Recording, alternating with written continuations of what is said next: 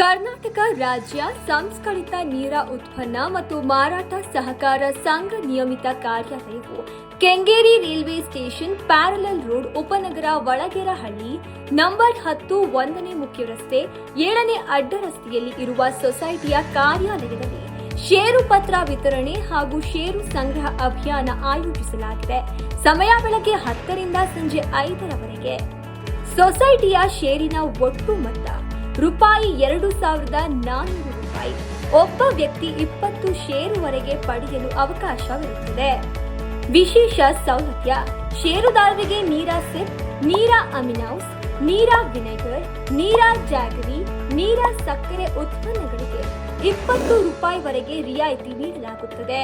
ಷೇರು ಪಡೆಯಲು ತರಬೇಕಾದ ದಾಖಲೆಗಳು: ಇತ್ತೀಚಿನ 4 ಭಾವಚಿತ್ರಗಳು, Aadhaar card xerox, PAN card xerox.